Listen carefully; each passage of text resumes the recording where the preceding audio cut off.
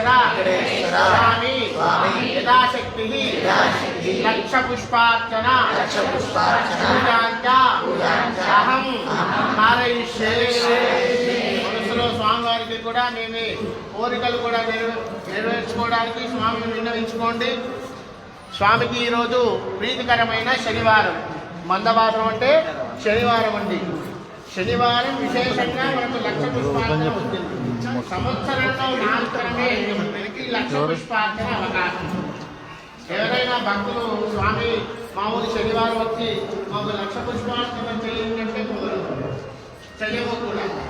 మామూలుగా 30 రూపాయలు తీసుకుంటే అష్టోత్తరం చేస్తాం, అయిపోతుంది. లక్ష పుష్పార్చన అంటే అర్థం ఏంటి? మనం అందరం కూడా స్వామి నామావళి 1000 నామాలు చెప్తాం.